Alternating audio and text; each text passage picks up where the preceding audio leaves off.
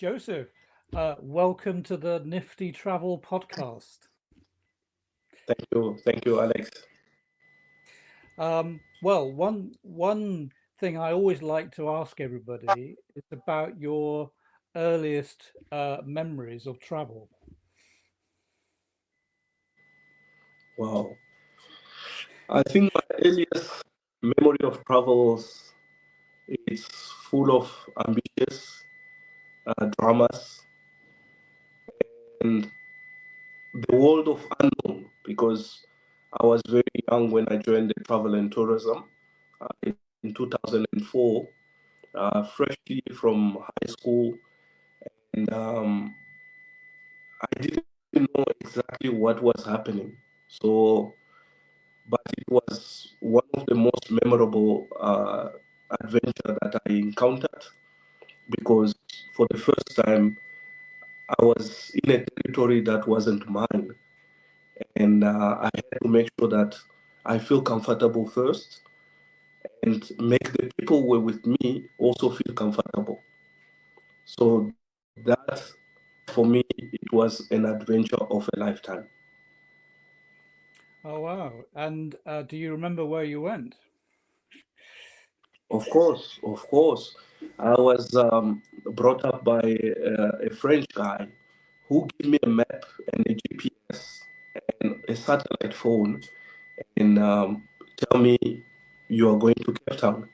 From Namibia to Cape Town, which is about 12 hours drives on a overland truck. And he told me, this is your driver, this is your credit card, and have fun. That's what he said. He didn't even say you have to do this or you have to go and do that. But he just told me, go and have fun. So my first travel and guiding experience was go and have fun. And what did you think of Cape Town? My goodness, I was in a no man's land territory. What I thought of Cape Town, for me, being in Namibia or left in Namibia for my entire life, and all of a sudden you have to use your passport for the first time and cross the border into no man's land, into a territory that you aren't aware of. But the discovery was tremendous for me.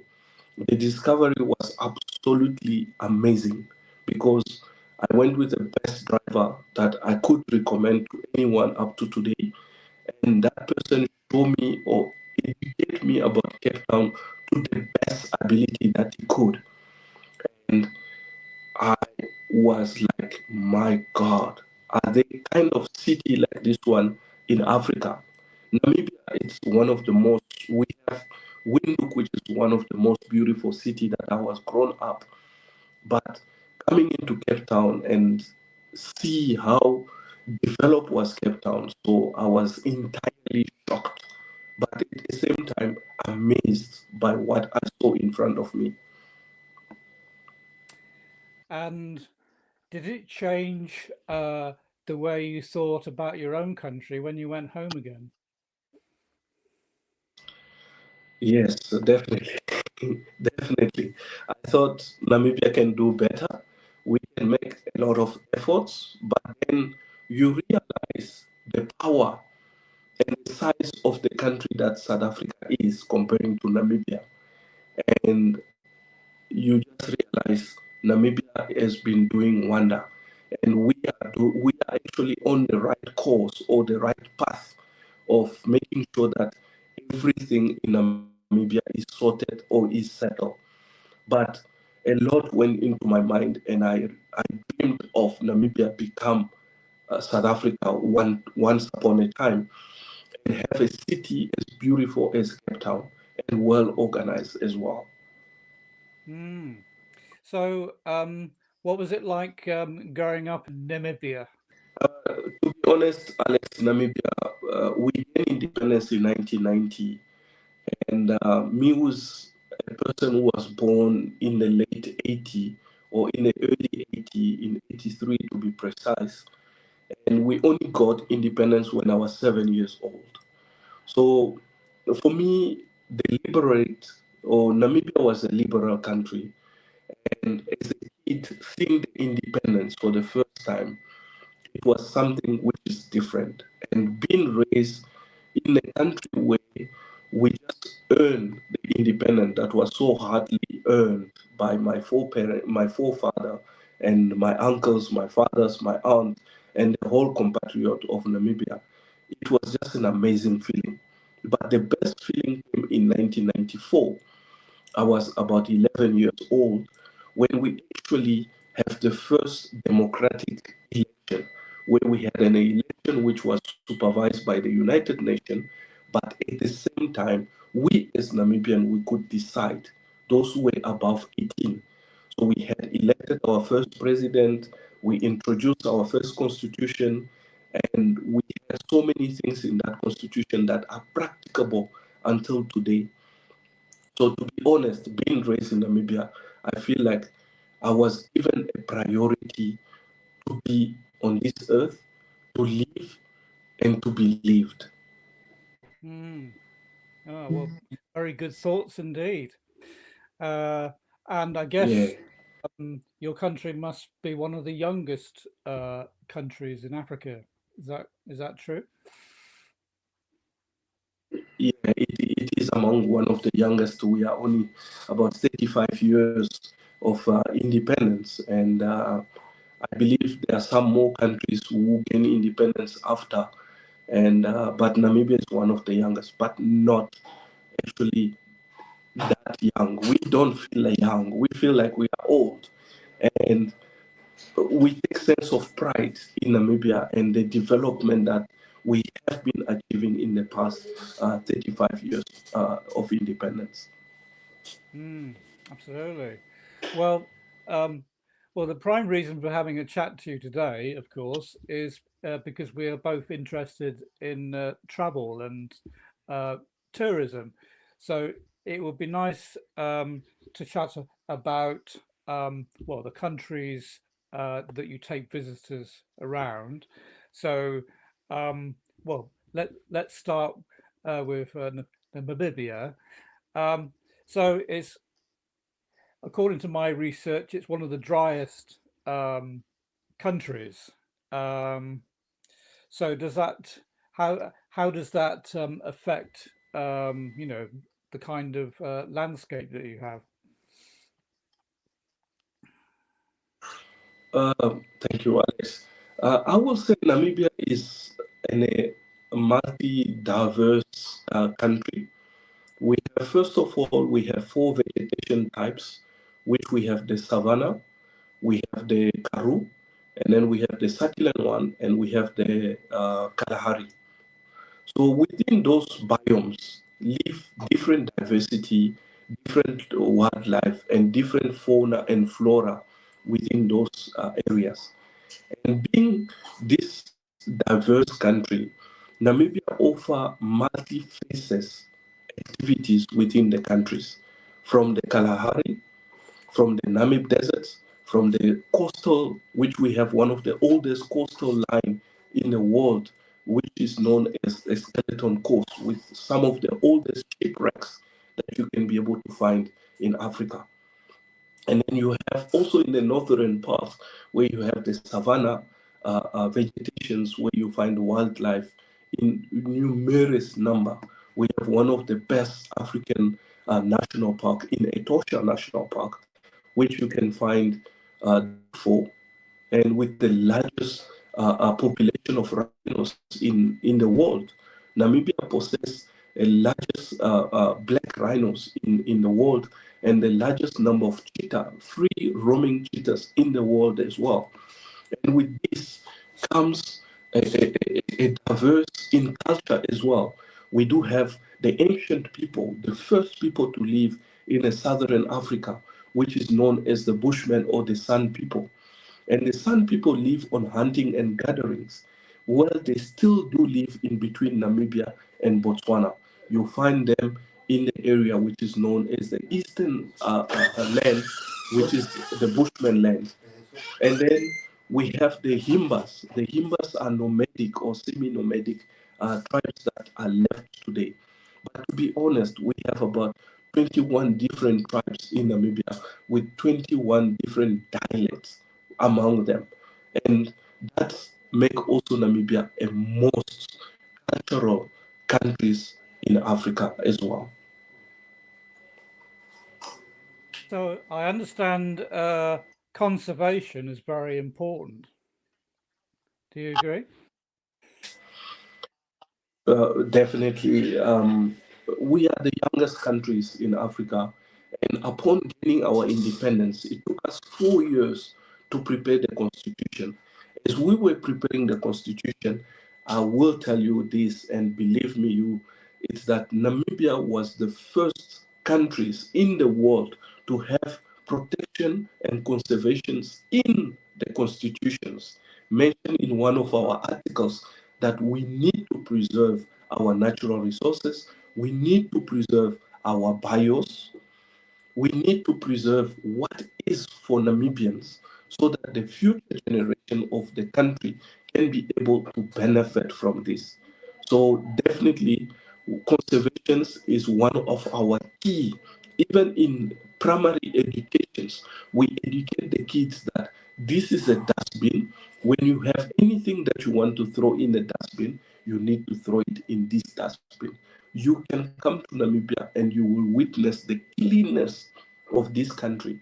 And that comes because we believe that such a country so dry and not be able to eat a lot of stuff, but we need to preserve what we have. Yeah, important. You mentioned the the black rhino. Uh, I also read about wild dogs and dik-diks. Are they particular uh, popular animals that people like to see, and how easy is it to see them? Alex, you mentioned one of the most beautiful animals that I always love, and that's the Damara dik. The Damara dik are not endemic to Namibia, but partially near endemic to Namibia. And it's a very smallest antelope. It's about 5 kilograms. And it's found normally from Waterberg going all the way to Etosha National Park and Damara Land. Hence why the name comes Damara dik. Very small, male have horns and female no horns. Very easy to spot, especially when you are in the Waterberg area. But when you come to Etosha National Park, which is one of our largest, biggest national park, about 22,000 square kilometers, it's very difficult. Certain area you can be able to spot it. Secondly, you mentioned the wild dog. Namibia, we do not have that much in the country. The wild dog that we do have normally migrate from between Botswana, come into Namibia, and then in the Caprivi Strip, which is known today as the Zambezi Strip, you do find national park like the Buffalo National Park or the Boabwata Multi-Faces National Park, where we do have wild dog, but they are very limited in number. And why are wild dogs such a problem?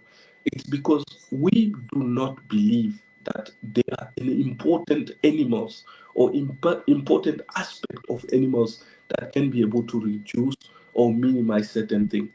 So we have also a problem with wild dog where they die of a certain disease, of which Namibian population of wild dog has not been increasing, but for years it's decreasing. For us to see wild dogs is very rare in Namibia, but Damara dik definitely one of the most beautiful creatures, very small, very tiny, little beautiful eye that you can be able to see, and little two horns that are standing in between the two heads, and beautiful, beautiful animals to see. Yeah, absolutely. Well, the way you describe it, it's worth. It must be worth finding them. Yeah, for the first time I saw the Tamara dik, I was like, what is this? And what type of animal is this one? But as I get to learn more about fauna and the importance of fauna in our national park or in the ecological space for that matter, you fall in love with certain animals, and Damara dik are among the top 5 of my favorite animals. Yeah. And how about the black rhinos? Are they still in need of great protection? Definitely, I would say the big yes, and we need support. We need everybody to play part in preservations of these specific creatures. I will commend Botswana for doing what they are doing. What they did, they collected all their rhinos within the country and put them in a sanctuary which is called the Kama Rhino Sanctuary, in order to preserve the populations. But in Namibia, we do have the two type of rhinos. We have the rhinos that you find in the national park, and you find the free range rhino that you find in the area of Damaraland. Very protected. But the question is with between the two of us, Alex, those who are protecting, what are we doing for them? Are we doing enough so that they can have the good heart of protecting this type of species? Same apply to our government. We ask our government all these questions. Those people working in the national park go through night and day protecting those rhinos. What do the government do for those people? Once you do something good for those people, definitely their heart is going to be there. But I will say again, Namibia has been a champion on that. We have actually worked through certain issues, and we are trying to address those issues to make sure that black rhinos, future generation can be able to see them in our national park. Yeah. Well, I'm sure you will do your best. I see on my research that there are over 600 kinds of birds that you can see in the country. Are there certain places where you can see more? Namibia has a very good number of birds, and the birds that we have in the country, we have about 350 to 390 bird species. But the problem of birding is that you can see certain birds at a certain period, especially the raining season, which is from November, but let's say December, January, February, and March until April. You can definitely spot a lot of birds in the Etosha National Park. My recommendation for birding when I have birding tours that I used to do and I still do birding tours up to today, I always advise my people or the people that are traveling with me that let's travel to the Zambezi Strip. Because of why I'm suggesting the Zambezi Strip, it's because of the availability of water. Birding or birds like the place where it's more kind of a wetland. But at the same time, Namibia possesses two Ramsar sites, which one of them is a Wavish Bay Lagoon, and then we have the other one which just been proclaimed recently. It's a Sandwich Harbor, and then we have also the Orange River mouth, where it was proclaimed a Ramsar site where people can go and see birding, especially in Walvish Bay. You have almost about 52 to 60 different type of birds coming in. And we have one of the second largest flamingo migrations in Namibia. We have the Damara terns. It's a kind of swallow. That swallow travels within Africa, but they always come into Namibia to lay their nest in Namibia. So birding is something that is really, really something that when one is looking to travel to Namibia, if he or she is a birder or a bird watcher, definitely I would recommend that you do Waterberg, you do Etosha, and then you do the Zambezi Strip in order to see more birding. Mm. Sounds like there's a lot of opportunities to watch them. Yeah, birding. It's like at the moment we have we have some bird which are coming from Madagascar, and probably they should be in Namibia by next week. So we should be able to have some of them here, and some few swallows will also be here, and then we'll have some bats which are coming in. I think by end of October as well in Namibia. So we have quite good numbers of bird or birding that normally intercrossing or intercontinental cross through Namibia. Very good. Now, you mentioned having a very long coastline. Um, Tell us a bit about Wavis Bay and the some of the islands that you have off the coast. The coastal line of Namibia is about 1,745 kilometers long from south to the north. But all this area it's occupied by one of the known in the world as the Namib Desert.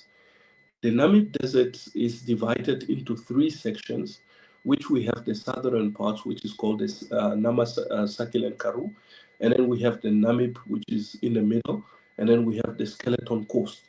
But within those different sections, we have the town of Ludrich, which is normally in the south, um, with two birding or birds island, and one of them is a very very protective one, which is the Halifax Island. Halifax hosts a number of penguins. We have Namibia has one of the second or third largest penguin populations, which is mainly protected in that area. And then when you come to Walvish Bay, which is the harbor town, is one of also the oldest town started by the Dutch arrival in Namibia, and then it was occupied by the British. And after that, we had the Germans occupations, but the German didn't occupy most of this island. Why didn't they occupy most of these islands? Because they were trading island between the Dutch and the English, and they were trading guano. Guano, it was the birds' feces, which were used in Europe for some medical purposes. They were used for fertilizers and so many things.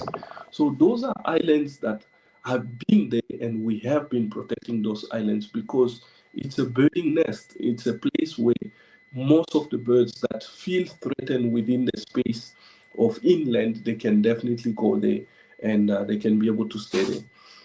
And then on the northern part, we have the Skeleton Coast Park, which also have few islands within them, where we also have cormorant, we have pelicans, we have other marine birds like the Damara terns, we have the small swallowtails. They all come in those areas because of the availability of fish, because the Namibian coastline also has one of the coldest current, which is called the Benguela current. The Benguela current actually bring a lot of algae, plankton, of which is very good for fishing industry, which the second economical GDP of Namibia, it's fishing. The fishing industry is so good. So all these birds has a lot to feed on the coastal area. So those islands are actually very protected area where we keep our birding, or we consider them as birds island. Mm. So, is it possible to go on boat trips to observe them at a respectful distance? Definitely, when you are in Lutris, you can be able to go to Halifax by boat, and then you can definitely watch it. If you want to go to Halifax, you can go to Grootbochte, Dias Point. You can also spot some quite good number of birds. When you are in Wavish Bay, for instance, you can definitely be go to the lagoon, and you can be able to spot some of those birds. But there are some few islands that are far from reach of a boat cruise. So we actually leave those islands to be actually just for the birding, and we have a boat, an inspection boat that normally just go there and try to see what is happening. Are there people busy catching up the birds or killing the birds and so forth? So we definitely do protect some of those areas. But in Ludrich, you can definitely do a boat cruise. You can drive to one of the island and then sit there and try to spot some of the good birds. And then in Walvish Bay, you can definitely walk at the lagoon, and you will definitely be happy with what you see along the lagoon area. Mm. And it's good for the soul to see the sea, and is it not? Yeah, no, it is quite, when you live between Swakopmund and you live in Walvish Bay, to be honest, you'll be amazed by what you can be able to do within a space of 30 kilometers radius, because you have the dune side, You have a lot of birding, also looking into the dunes as a shelter. You have a little faunas, you have the little five, like type of creatures that you can be able to see along the dune belt. So I live myself in Wavish Bay, which is a harbor town, and I'm always fascinated by what I could see in a small space of space, and it's just an amazing thing to be living along the coastal line in Namibia. Mm. Well, the coast is changing all the time, isn't it? Yeah, it is windy because of the Benguela current, which is an Antarctica current, which comes in, bring a lot of fogs and bring a lot of upwelling system, which at the day it's windy. But within that wind also we are benefiting a lot with that wind. And within that wind, it brings also the cold. It's one of the coldest coasts that you can have. I can't remember having a week long of 19 degrees weather, where it's today 19 and tomorrow it's just become 14. So, my apology. We people from the coast, we are aware of our weather, and we say to ourselves, we live in a country where everybody enjoy the weather, but for us, we have a four-season kind of weather where in the morning you have kind of sunny, and then all of a sudden around 10 o'clock it's foggy, and then around 2 p.m. it's raining, and then all of a sudden it's just cold and windy. So we enjoy those kind of weather for ourselves in the coast. But for international visitors, they find that it's very cold and it's unpleasant kind of weather. Ah, well, I think the English will be fine. That's normal for us. Yeah. So, you mentioned you had a lot of parks. Can you tell can you tell me a bit about the parks? They're quite different, aren't they? Some have canyons and ravines, some have dunes, and some are deserts, and some are extensive parks. What are your favourites? Um, okay, Namibia, if we look at the size of a country, it's almost about 823,000 square kilometers. Out of that 823,000 kilometers, we have about 550,000, which is considered as proclamations or land that are proclaimed national park. We have in the south, we have one of the second largest canyon in the world in the Fish River Canyon. And then you have all the coastal line, which is about 1,743 kilometers on, about inland, it's about 160 to 170. It's a protected land, which is called the Namib Dune Belt or the Namib Desert, which all this area is found in the south. You have dunes, in the middle you have dunes, in the north you have dunes. Why are we protecting these dunes? Is because we find that the Namib Desert is one of the oldest deserts in the world. And being the oldest desert, it also have the highest dune in the world. Hence why the area was even proclaimed UNESCO or put under UNESCO as an heritage site. And then we have the Etosha National Park, which is a game reserve. It was proclaimed since 1907 as a reserve number two to protect the natural habitats of the different species of mammals that we find in Etosha. Etosha has about 114 different type of mammal species or animal species, and about 350 to 390 bird species. And a lot of faunas have about 21 vegetation species. But within these all species within Etosha, you find about 4,473 of Etosha National Lake or Etosha Lake, Salt Lake, which is in the middle of Etosha, which this also offer a diversity within Etosha National Park. And then you have the newly proclaimed parks, such as the Botswana National Park, such as Danville John Park, the Waterberg National Plateau Park. We have almost about 17 different parks within Namibia.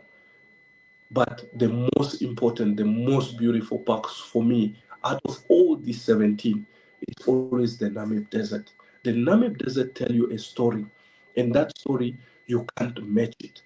It shows you a true color of the desert, and it shows you the good side of the desert and the beauty that the desert possess.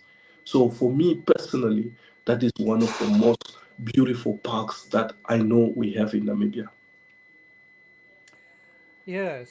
Um, I always thought that deserts were, they didn't vary that much. But I went to a desert in Australia, and like you've just described, they can vary a fantastic amount.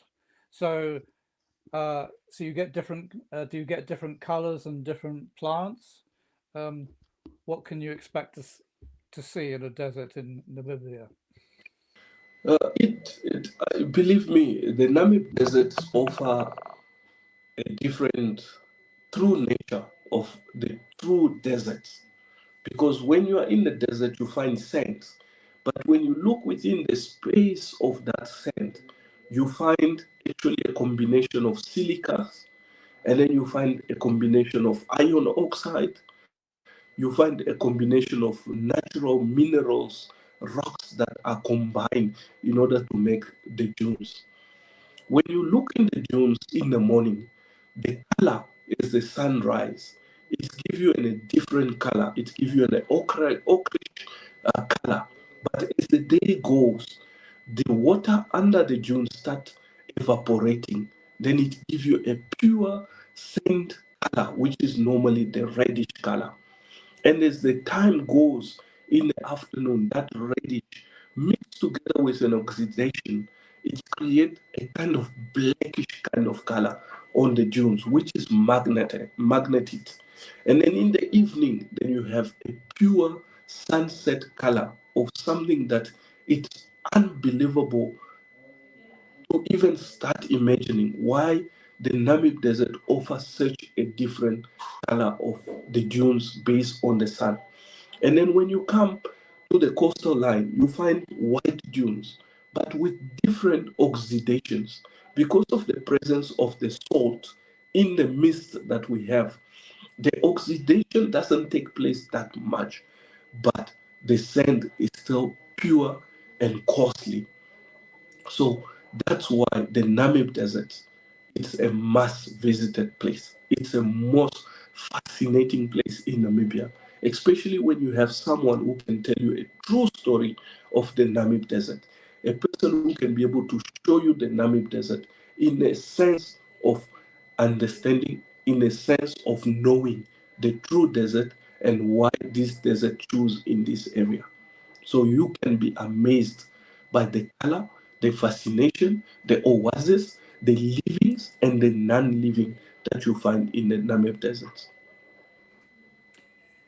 And well, I think one thing that you say you like is storytelling. So, um, what what stories do you like to tell?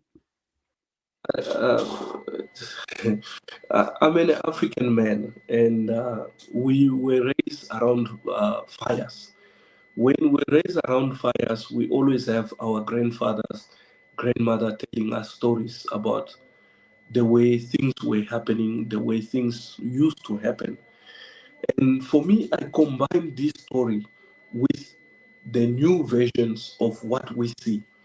And telling a story, I can combine a story of what is in front of us, telling its beauty in a storytelling kind of mode. So I'm a storyteller of what is in front of me, and I combine the modern and the ancient, where we mix together the paleographer to the new way of telling stories. As we combine the two, and then the story come out pure. So my story are based on what we see, what we have heard, what we have experienced, because that is what a person is looking for.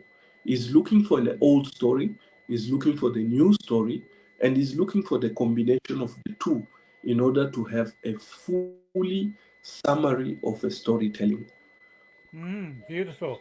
Well, well, the stories of our time are constantly changing, aren't they? Definitely. And the way we tell them, it's also another story. You tell it to somebody, and then somebody's going to tell it differently. And that's what makes it beautiful because it's one story, but told in a different versions. And each versions sound amazing, sound different. And at the end, it's what keeps the story alive. Stories are beautiful things because you can talk to four or five different people about the same place, uh, but they can tell it each in a different way. You get a almost a personalized 2D and three-dimensional storyline. Um, yeah, it can be a lovely experience. It is. So you also run tours to Botswana. Perhaps you could tell us about some of the places that you like to take people to. Yeah, no, definitely. I do a lot of tours in Botswana, and each and every year I spend about 3 months in Botswana running tours across country in Botswana. And we normally combine our tours of Botswana together with Zimbabwe, where we visit the Victoria Falls or the mighty Victoria Falls. And then we visit the Chobe National Park, one of the most beautiful and amazing, diverse national park in Botswana. And then we take our people from there to Savute. Why we take people into Savute, it's because of the cats. When we mention cats, Savute is known for spotted hyena and known for a number of lions. There's quite a number of lions that you can definitely find in Savute. And the newly kids on the block, it's a Kwai concession or the Kwai community concessions, which has offer also the diversity in wildlife. When you come to Botswana, do not look for landscape because landscape is something that you do not find that much in Botswana. But it's the country. It's 99% Kalahari deserts but with different vegetations type. And then from the Kwai area, we take the people into one of the largest delta in Africa or in the world, which is the Okavango Delta. Okavango Delta is about 16,000 square kilometers of just land, less water, where you can float on that water by using the natural and local transport, which is called the Mokoro. The Mokoro is like a dunk out canoe where you go through those reeds and those papyrus, and it's just an amazing experience. Something that worth visiting the Botswana. Yeah, it sounds fascinating. And I was reading that there are caves that are many tens of thousands of years old, where ancient paintings can be viewed. Yes, we have one of them. It's also a UNESCO heritage site, which is called the Tsodilo Hill. Tsodilo Hill up north in the Shakawe area. It's one of the well-known area where you can be able to find one of the ancient painting done by the San people and the Bambukushu people. And then you have also in the south, where in the Tuli block, where you find some few caves there, where you can also be able to see some of the painting in that area. So at the end of the day, those kind of area are quite beautiful as well to visit, especially when you see the ancient painting, the painting that are dating between 5,000 to 7,000 years old. It's something that worth seeing. And in 2 days' time, I'll be visiting Todilo here so that I can also be able to explore and experience the ancient stories shared by the first human people to live in southern Africa. Yeah, well, it's part of our story, isn't it? And the people of those times they wanted to make sense of the world around them, didn't they? So what did they do? They painted the animals. They painted not just the animals, because they painted also the life of a medicine man, the life of a shaman, the life of a traditional healers, how he used to heal the people, what he used to do, those trance dance, the dance that help him and allow him to speak and communicate with the ancestors. Because it's in a belief that our ancestors, some of us, we believe that our ancestors are still alive. They are around us. And for the Bushmen or the Sun, when they needed to communicate, they had to use the trance mode. As they used the trance mode, at the end of the day, there were healings, they were helping, and they could actually make things become alive when they wanted to. So some of these paintings, they represent those kind of way of life. When you go on hunting, what you hunt, you bring back home. That is the story that was told. They will say Alex went on hunting and he brought a rhino horn with him. But why did he brought a rhino? Or Alex went on hunting, he brought an oryx. When he brought an oryx, what happened on that specific day? There was a dance. And that dance, it's been represented in those paintings. That is the beauty of rock paintings, because they tell the story without being written, but they actually draw the story so that you put the dots together, and then at the end, you put your story and you tell it the way you have interpreted it. So yes, as you say, language is not just about writing. It's also about dancing, singing. Um, how would you describe it for us? When you believe in folklore, when you believe in traditional, when you are a traditional person, and when you know that each and every movement, anything that you do, tell a story. Our ancestors, our mothers, they didn't know how to tell a story, but some of them, they tell a story through something. They tell a story through a tree. They will go on a tree and then they mark the tree. And then when they are marking that tree, they are actually telling the stories. During the evening, around the fire, as they dance, those traditional move that they were doing, they were telling a story. There's a story in Bushmen or in the San people. When a man wants to get married, he has to impress the women. But how did he impress those women? Not by hunting, not becoming the smartest one, but by showing the dancing move. As he danced, the woman will be like, whoa, this is my man. This guy can be able to dance. Meaning, if he can be able to dance, he can be able to keep me alive. Same apply to the man. When he want to get his wife, he need to make sure that he select the perfect wife that can be able to do this, can be able to do that. Those were stories, but how do we preserve these stories? Is by telling them, so that our kids know when you or when mommy or daddy wanted to get married, there was a practical dance or there was a practical movement that each and everyone needed to do. And when they do it in a perfection way, that means the two can be able to join marriage or they can join hands in patrimonies. So traditional dance tell more story than us telling the story today. So we need to preserve the dancing. We need to preserve that part of the ceremony when people were dancing in order to showcase their traditions. Mm. No, you're right. It's absolutely important to keep as many traditions going as possible. So you mentioned that when going to Botswana, you usually combine the journey with Zimbabwe as well. So what places do you like going in Zimbabwe? You've mentioned the Victoria Falls Park.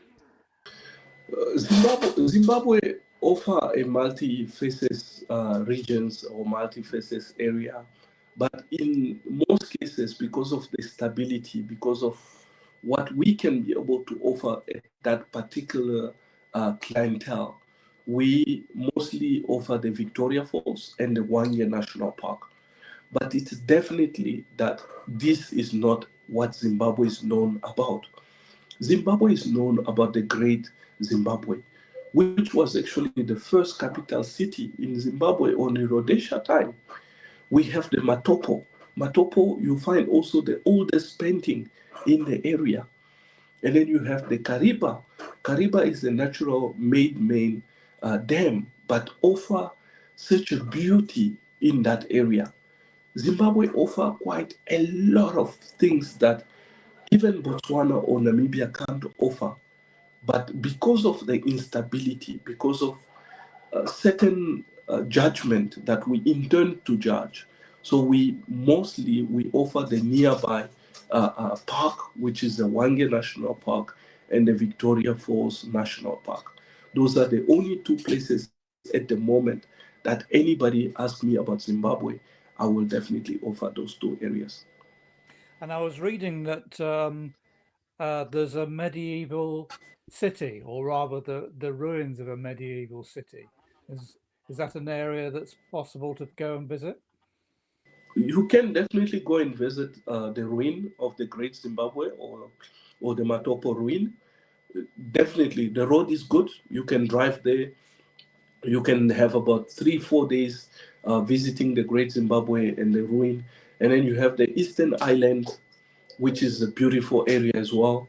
You can definitely go and visit the area. I have done tours in Zimbabwe before, and believe me, a 12 days tour in Zimbabwe, it will leave you with a memory to remember. It's a country that provides stability, provides tranquility, cultural diversity, and the dynamic of Zimbabwean hardworking people.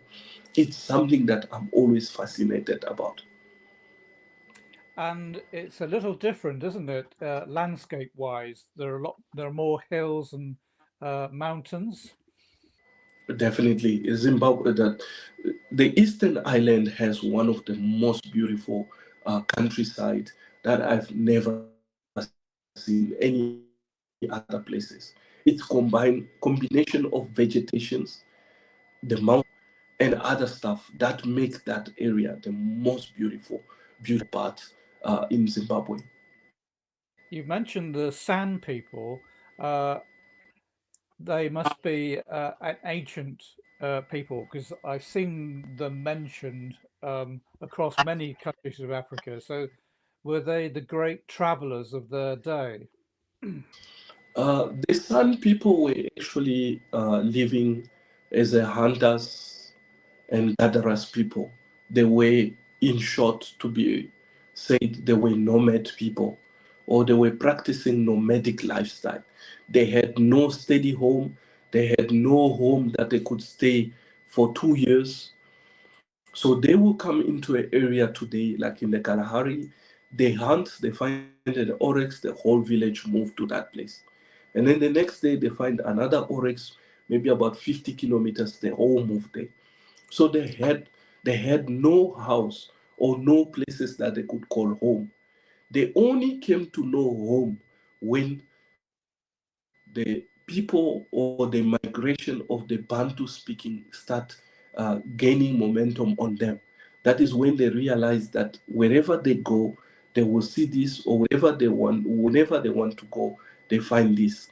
So at the end, those create actually a limitation of their movement, a limitation on the practicing their nomadic life. So that's what make the San people today to become semi-nomadic. But before that, they were hunters and gatherers. They were nomadic. They go to any place where they find food. They go to any place where they get water. They go on top of a mountain if they seek refuge or they want somewhere to hide. And that was their life, how they used to live. So, one thing I see you like doing is that you're a journalist. So, tell me a little bit about that. I see you're also a member of the of a foundation. So it'd be good to hear about what how your journalism and your storytelling as it all blends together, I suppose. Alex, you make me laugh. Studying journalism was never something that I wanted to do, but as you are raised by a father, mother, they wanted you to have something that you can always fall back, just in case nothing in your life work, but you can go back and say, I study journalism or I study medicine, I study law, I can become a lawyer. But everybody in their life, they have their dreams. And my dreams was always to tell stories. My dream was always to travel the continent or the African continent and capture stories that were not told, stories that need preservations. Hence why I created African Untold Story Foundations. The foundation is there for preservation and curating African documentaries, where we document and narrate African stories so that we can be able to create an archive of African untold stories for the future generations to look at and say, we need to continue with this. We don't need to stop by not doing this. So, hence why I created the foundations. The foundation also was created because I realized a lot of narrations or narrative stories were not actually executed or not actually told in the way an African would because of the choices of the people that were actually filming or were collecting the data. So, because with us, it's different. We live in the same continent. The story, how it might be told or it can be told, it can be really different. So I created these foundations so that we can start the movement, we can join together with the movement, and we can push for the movement to continue so that by 2030, we should have an African free storytelling museum where we can create that museum and showcase the African, different African diverse cultures that we do have in our 55 African countries. Yes. Well, it sounds like you've got a big project and plenty to do. But no time. That's also another thing. And you have a visions, and these visions need to take about 5 years in order to realize. But for me, like I said, through the foundations, the idea is to create a museum, an African untold African story museum where people can come and see the different type of cultures Africa possesses. That's it's a long term within 5 years time. Wherever which country we're gonna build the foundations or we're gonna build the museum, for me doesn't matter. Being Namibian, but I want something to stand so that we can have a preservation of African culture. Yeah. Well, it's a very commendable project, and I really, really um, hope that you pull it off. Thank you, Alex. So, in terms of tours, there will be a mention in the notes of the podcast that you like to run tours, and if anybody would like to, they have someone they can ask. Um, where do you think where do you think tourism can go for the countries you visit, and what would you like to see happen? Definitely, I will start, like they say, charity begin at home. I will say if you want to visit the first and have the first experience of the African continent, visit Namibia first. Learn, see, experience it all, and after that, the sky's the limit. Because once you are a traveler and you have enjoyed the scenery, the peace, and the diversity that Namibia offer, you can definitely come back to Africa, because we are imprinting the DNA of Africa within you. So you can't run away from there. So if you want to do tours in Botswana, you want to do tour in Zimbabwe, definitely you can be able to do those tours. But like I said, charity for me begin at home. But depend also, if you are an animal lovers, you are landscapers, then you shouldn't look further, because Southern Africa offer the best landscape, the best wildlife sightseeing, and you have it all. You have it all. And how do you see things developing? You've talked about your ambitions for the next 5 years. Do you think there's going to be more tourist opportunities over the next 2 years, or is it doing what you do now, but a little, better than yesterday?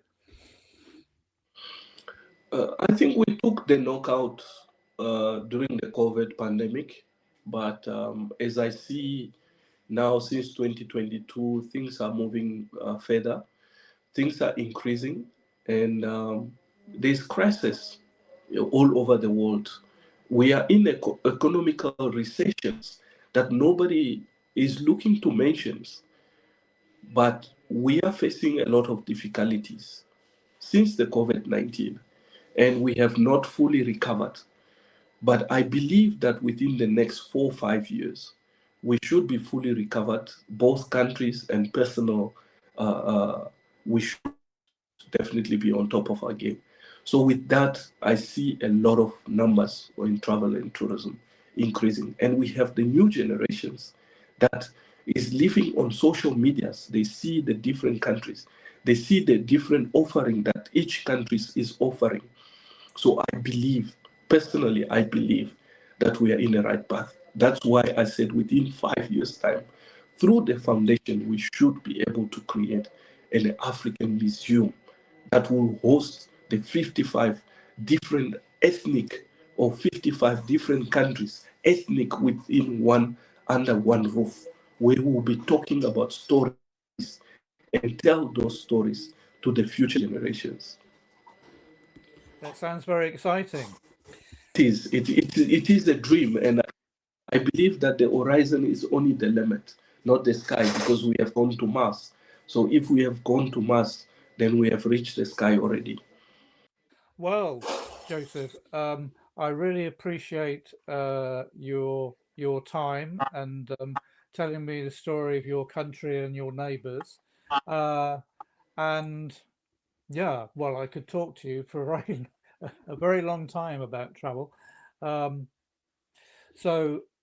yeah, I just wanted to thank you for coming on and telling us your story. It's my great pleasure, and we can do another time, and then we can talk about more, and then we can do more stories. Anytime you feel like I should be one of your participants, please do just reach out to me, and I'll be very happy and honored to share another story with you. Thank you. Definitely welcome.